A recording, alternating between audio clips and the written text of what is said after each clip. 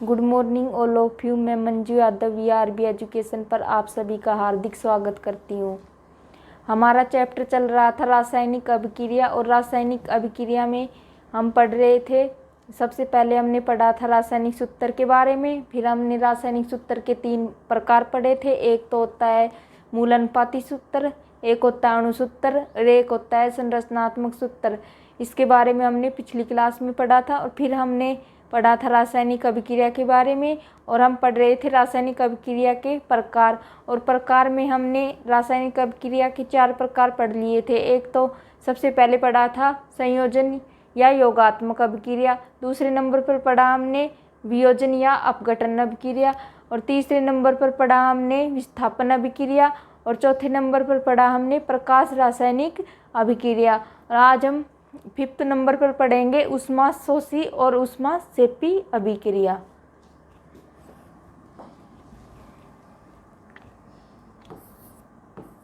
Five number पर हमारी अभिक्रिया ऊष्माशोषी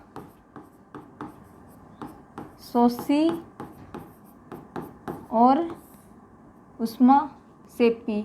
ऊष्माशोषी अभिक्रिया इन्हें हम एक साथ ही पढ़ लेंगे, एक तरफ ऊष्माशोषी और एक तरफ ऊष्माक्षेपी।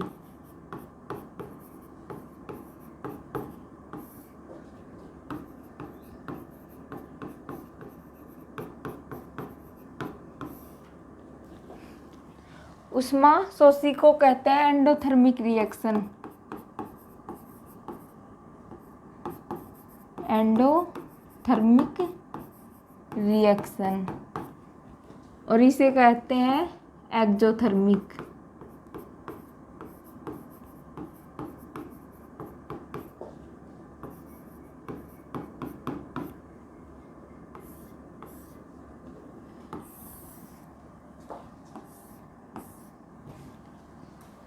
ऊष्माशोषी यानी कि एंडोथर्मिक रिएक्शन। ऊष्माशोषी में क्या होता है, ऊर्जा का अवशोषण, यानी कि ऊर्जा इसमें पदार्थ द्वारा ग्रहण की जाती है। और जब कोई भी पदार्थ ऊष्मा ग्रहण करता है तो बाहरी वातावरण होता है उसका तो टेम्परेचर कम हो जाता है और उस पदार्थ का टेम्परेचर बढ़ जाता है। जैसे एग्जाम्पल के लिए बर्फ़ तब पिघलती है जब वह बाहरी वातावरण से ऊष्मा ग्रहण करती है। ऊष्मा ग्रहण करती है तो बाहरी वातावरण का तो टेम्परेचर कम हो जाता है और पदार्थ का टेम्परेचर बढ़ जाता है और वह पिघलना शुरू कर देती है। जैसे जल होता है, जब जल को हम गर्म करते हैं तो वह उबलने लगता है और उसमें भाप बनना शुरू हो जाती है, यानी कि जल का वाष्पीकरण हो जाता है। और इससे जो वस्तु होती है उसका तो ताप बढ़ जाता है और बाहरी वातावरण का ताप कम हो जाता है। तो ऊष्माशोषी में क्या होता है, ऊर्जा या ऊष्मा का अवशोषण होता है, यानी कि एब्जॉर्प्शन ऑफ एनर्जी। ऊर्जा का अवशोषण।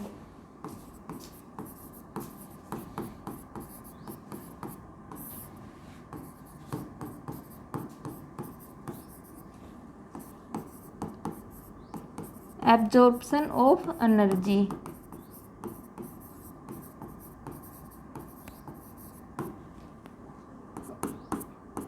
और ऊर्जा का अवशोषण होता है तो बाहरी जो एटमॉस्फेयर है उसका टेम्परेचर कम हो जाता है, वातावरण का ताप कम हो जाता है।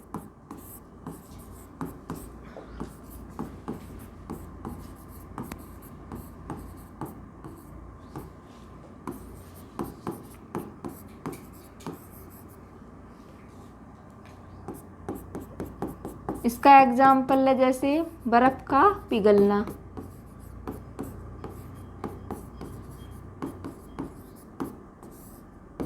और दूसरा एग्जाम्पल है इसका जल का वाष्पीकरण। जल का वाष्पीकरण।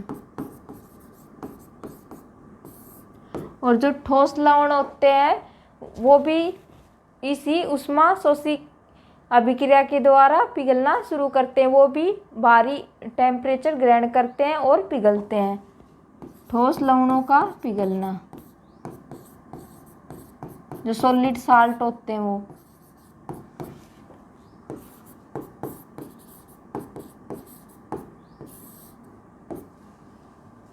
ये थी हमारी उष्माशोषी अभिक्रिया। अब हमारी है उष्माक्षेपी यानी कि एक्जोथर्मिक रिएक्शन। इसमें क्या होता है, जो ऊर्जा या उष्मा होती है वो मुक्त होती है, यानी कि एनर्जी रिलीज होती है, यानी बाहर निकलती है जो ऊर्जा या उष्मा होती है। और जब एनर्जी बाहर निकलती है तो कोई भी वस्तु है उसका टेम्परेचर तो कम हो जाता है, और जो बाहरी एटमॉस्फेयर है, बाहरी वातावरण होता है, उसका टेम्परेचर बढ़ जाता है, यानी कि उष्माशोषी के अपोजिट होता है। जैसे कि हम दहन की प्रक्रिया, जैसे हम कोयला जलाते हैं, पेट्रोलियम पदार्थों को जलाते हैं, लकड़ी को जलाते हैं, तो बाहरी वातावरण उससे जो बाहरी वातावरण होता है उसका ताप बढ़ जाता है।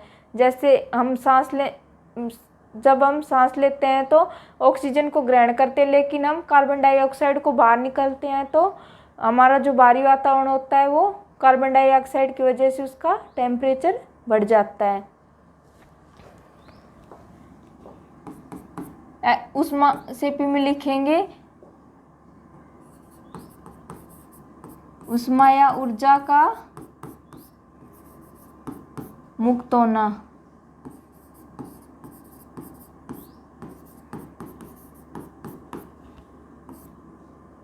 या इसमें तो अब्जॉर्प्शन ऑफ एनर्जी, इसमें क्या होता है, एनर्जी रिलीज।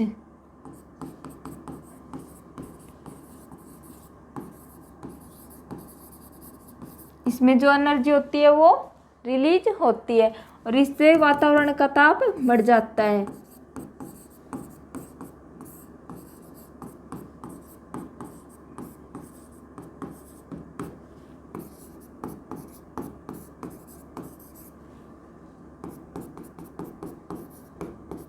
और इसका एग्जाम्पल है दहन। दहन में आएगा, जैसे हम कोयले का दहन करते हैं, पेट्रोलियम पदार्थों का, पेट्रोलियम, और कास्ट यानी लकड़ी का दहन। और एक और एग्जाम्पल है इसका, श्वसन में CO2 का बाहर निकलना।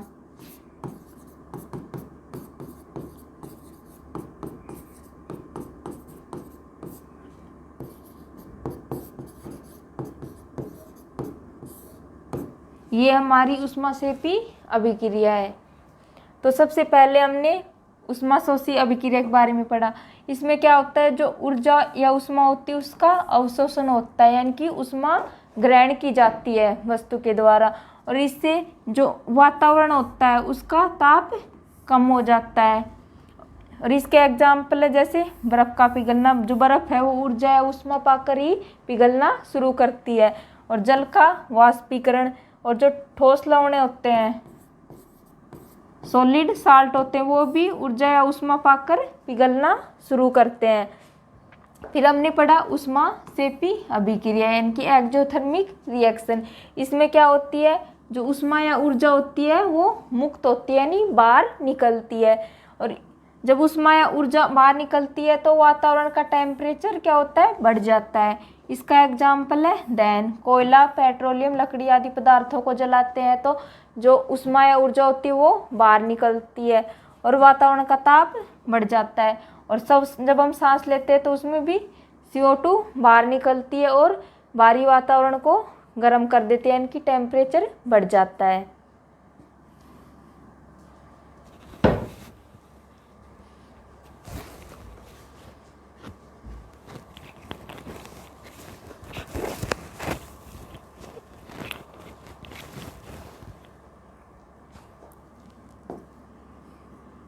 अगली रिएक्शन है हमारी ऑक्सीकरण और अपचयन अभिक्रिया यानी कि ऑक्सीडेशन और रिडक्शन रिएक्शन।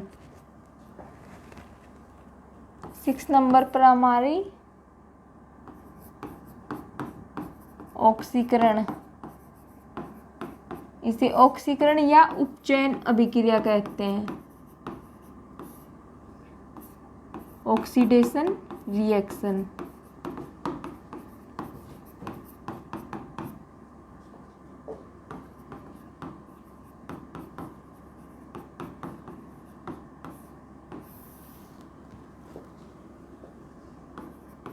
और अपचयन अभिक्रिया, ऑक्सीकरण और अपचयन अभिक्रिया।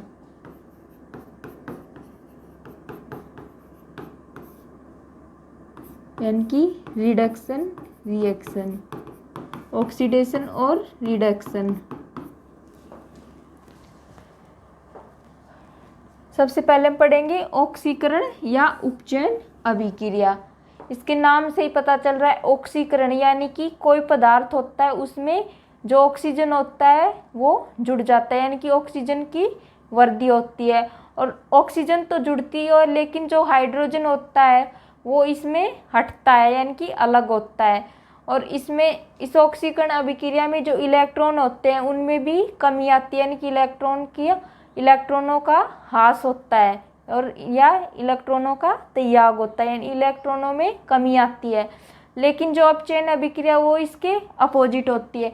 इसमें क्या होता है, ऑक्सीकरण में तो ऑक्सीजन जुड़ती है, लेकिन जो रिडक्शन अभिक्रिया है उसमें ऑक्सीजन का हटना, यानी कि इसमें ऑक्सीजन अलग हो जाती है और जो इलेक्ट्रॉन होते हैं उनमें वृद्धि होती है, और इसमें हाइड्रोजन जो होती है वो जुड़ती है, यानी कि ऑक्सीकरण के अपोजिट होती है अपचयन अभिक्रिया। तो इसमें लिखेंगे किसी पदार्थ में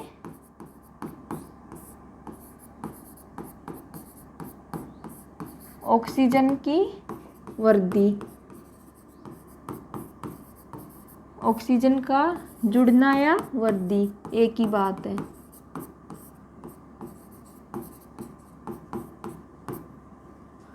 और इसमें क्या होता है, हाइड्रोजन का हटना, इसमें हाइड्रोजन अलग होती है। और जो इलेक्ट्रॉन होते हैं इसमें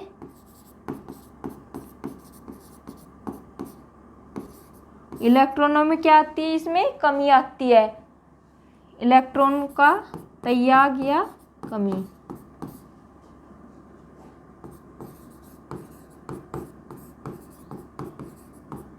इसमें इलेक्ट्रॉनों में कमी आती है। और इसमें क्या होता है, किसी पदार्थ में ऑक्सीजन का हटना,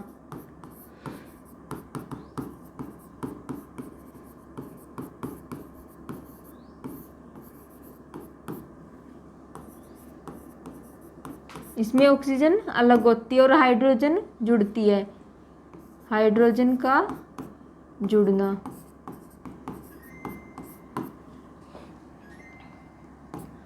और इसमें भी इलेक्ट्रॉनों में क्या होती है, वृद्धि होती है।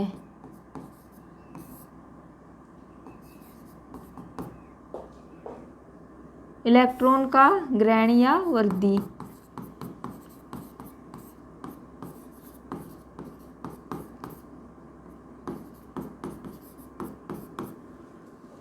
तो ये हमारी ऑक्सीकरण और अपचयन अभिक्रिया थी। जो ऑक्सीकरण होता है उसमें तो किसी पदार्थ में ऑक्सीजन की वृद्धि होती है, लेकिन जो रिडक्शन है उसमें ऑक्सीजन का हटना, यानी कि ऑक्सीजन की कमी आती है। और इसमें क्या होता है, हाइड्रोजन का हटना, यानी कि हाइड्रोजन है वो अलग हो जाती है। और इसमें हाइड्रोजन की वृद्धि होती है, यानी कि हाइड्रोजन जुड़ती है। और इसमें जो इलेक्ट्रॉन होते हैं उसमें कमी आती है, और इसमें जो इलेक्ट्रॉन होते हैं उनमें वृद्धि होती है इलेक्ट्रॉनों की। और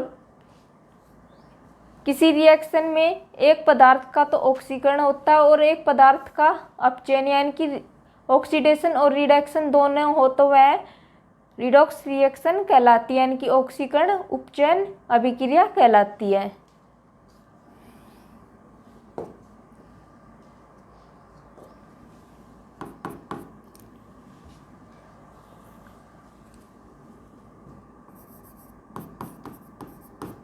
किसी अभिक्रिया में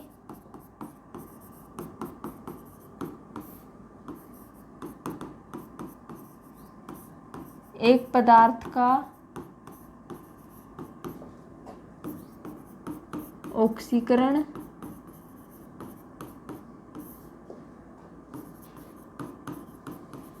और एक पदार्थ का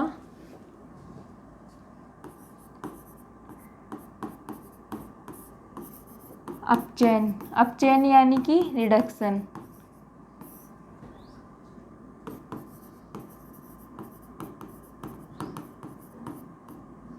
अपचयन हो तो वह अभिक्रिया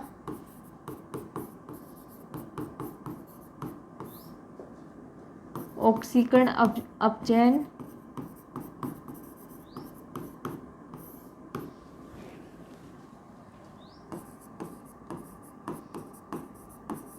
ऑक्सीकरण अपचयन यानी कि रिडॉक्स रिएक्शन।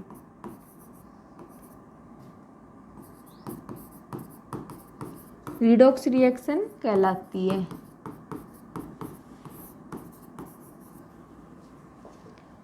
यानी कि किसी रिएक्शन में एक पदार्थ का तो ऑक्सीडेशन और एक पदार्थ का रिडक्शन हो तो वह अभिक्रिया रिडॉक्स रिएक्शन कहलाती है, यानी कि ऑक्सीकरण अपचयन अभिक्रिया कहलाती है।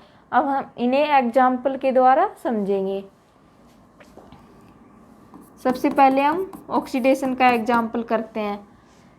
कोई भी एलिमेंट है जैसे नाइट्रोजन, इस पे -2 इलेक्ट्रॉन है और इसमें इस माइनस का मतलब है यहाँ पर 2 इलेक्ट्रॉनों की कमी हो रही है, यानी कि इलेक्ट्रॉन का त्याग हो रहा है। और 2 इलेक्ट्रॉनों में कमी आ रही है तो यहाँ पर हमारा नाइट्रोजन आएगा, यानी कि जो 2 इलेक्ट्रॉनों का ह्रास हो रहा है। और इलेक्ट्रॉनों का ह्रास कब होता है? जब ऑक्सीडेशन होता है, यानी कि ऑक्सीजन तो जुड़ती है और इलेक्ट्रॉनों का त्याग होता है और वह हमारा ऑक्सीडेशन में होता है। इलेक्ट्रॉनों का त्याग हो रहा है तो ये हमारी इलेक्ट्रॉनों का त्याग तो ऑक्सीकरण होगा, ऑक्सीडेशन होगा।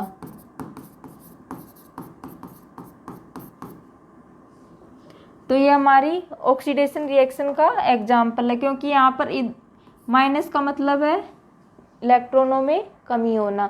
तो यहाँ पर 2 इलेक्ट्रॉनों का त्याग हो रहा है तो हमारा ऑक्सीडेशन होगा। Ca कैल्शियम +2 इलेक्ट्रॉन, यहाँ पर प्लस है, +2 इलेक्ट्रॉन का मतलब है इलेक्ट्रॉनों की संख्या में वृद्धि हो रही है। तो ये हमारा इलेक्ट्रॉनों की संख्या में वृद्धि हो रही है, तो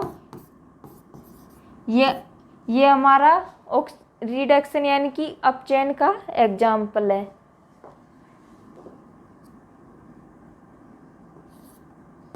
इलेक्ट्रॉन का ग्रहण तो हमारा क्या होगा? रिडक्शन होगा।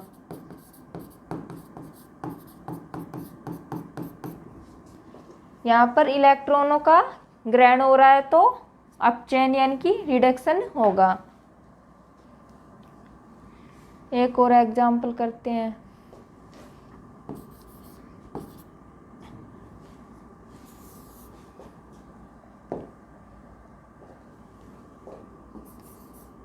N2 + 3H2, ये दोनों मिलकर अमोनिया का निर्माण करते हैं, यानी कि 2NH3। अब ये हमारा ऑक्सीडेशन और रिडक्शन का एग्जाम्पल, यानी कि रिडॉक्स रिएक्शन का एग्जाम्पल। इसमें एक पदार्थ का तो ऑक्सीकरण होता है और एक पदार्थ का रिडक्शन होता है। इसमें जो नाइट्रोजन है उसमें हाइड्रोजन जुड़ रहा है, हाइड्रोजन जुड़ती है तो अपचयन यानी कि रिडक्शन होता है।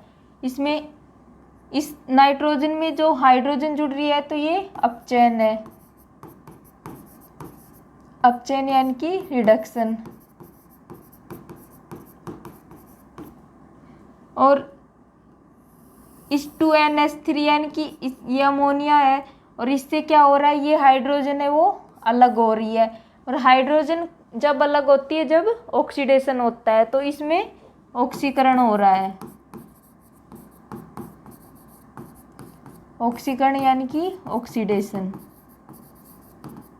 तो इस रिएक्शन में ऑक्सीडेशन और रिडक्शन दोनों होता है, क्योंकि जो नाइट्रोजन है उसमें हाइड्रोजन जुड़ रहा है, हाइड्रोजन जब जुड़ता है जब रिडक्शन होता है।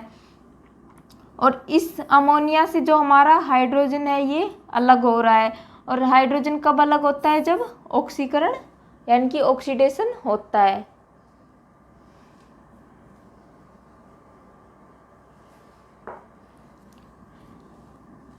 एग्जाम्पल के लिए जैसे C+O2 मिलकर CO2 का निर्माण होता है यानी कि कार्बन डाइऑक्साइड।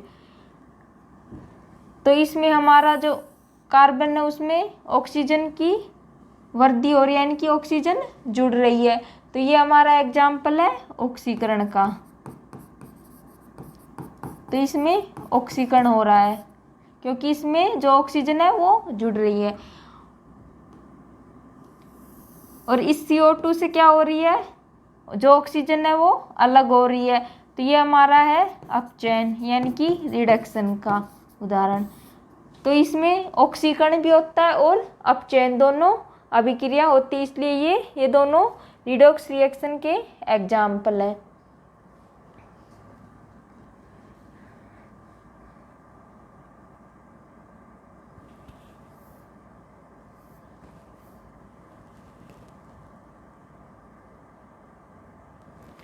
तो सबसे पहले हमने जो ऊष्माशोषी की एंडोथर्मिक रिएक्शन के बारे में पढ़ा, फिर हमने ऊष्माक्षेपी एक्सोथर्मिक रिएक्शन पढ़ा। जो एंडोथर्मिक होती है उसमें क्या होता है? ऊर्जा का अवशोषण या ऊर्जा ग्रहण की जाती है यानी कि एब्जॉर्प्शन ऑफ एनर्जी। और जब ऊर्जा ग्रहण की जाती है तो वातावरण का ताप कम हो जाता है। जैसे बर्फ़ का पिघलना, जो बर्फ़ है वो ऊष्मा पाकर पिघलती है।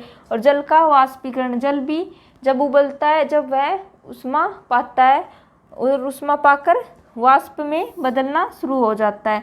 और जो ठोस सॉलिड साल्ट होते हैं वो भी ऊष्मा पाकर पिघलते हैं। और ऊष्माक्षेपी अभिक्रिया में क्या होता है? ऊर्जा का मुक्त होना यानी कि जो एनर्जी होती है वो रिलीज होती है, बाहर निकलती है। और इससे जो वातावरण का टेम्परेचर है वो बढ़ जाता है, जैसे दहन की प्रक्रिया और श्वसन में CO2 का बाहर निकलना।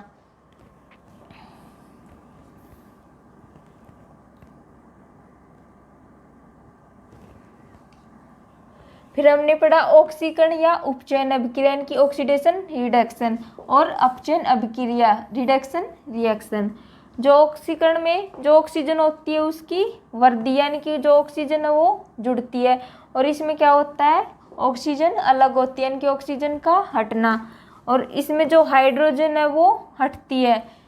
और इसमें अपचयन में हाइड्रोजन जुड़ती है। और इसमें ऑक्सीडेशन में जो इलेक्ट्रॉन होते हैं उनमें कमी या इलेक्ट्रॉनों का त्याग होता है। लेकिन जो रिडक्शन होता है उसमें इलेक्ट्रॉनों का ग्रहण यानी कि इलेक्ट्रॉनों की वृद्धि होती है। और किसी रिएक्शन में एक पदार्थ का तो ऑक्सीडेशन हो और एक पदार्थ का रिडक्शन हो तो वह हमारी अभिक्रिया रिडॉक्स रिएक्शन कहलाती है। तो सबसे पहले हमने ऑक्सीडेशन का एग्जाम्पल किया। जो हमारा इसमें -2 इलेक्ट्रॉन यानी कि जो इलेक्ट्रॉनों का त्याग या कमी हो रही है। तो इलेक्ट्रॉनों का त्याग या कमी कब होती है? जब ऑक्सीडेशन होता है। और इसमें हमारा दो इलेक्ट्रॉन जुड़ रहे हैं यानी कि इलेक्ट्रॉनों की वृद्धि हो रही है तो हमारा रिडक्शन होगा।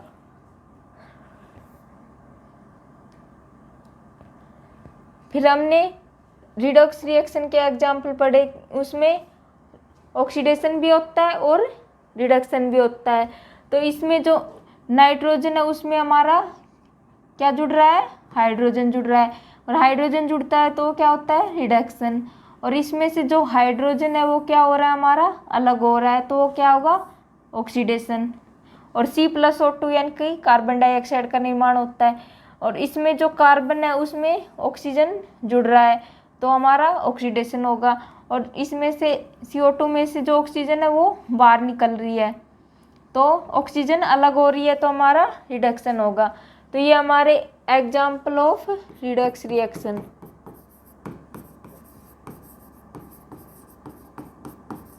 ये दोनों रिडॉक्स रिएक्शन के एग्जाम्पल हैं।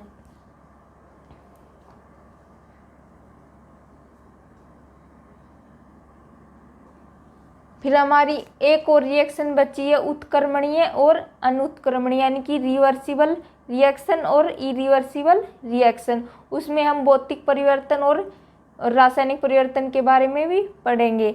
आज के लिए इतना ही, बाकी का नेक्स्ट क्लास में पढ़ेंगे। धन्यवाद।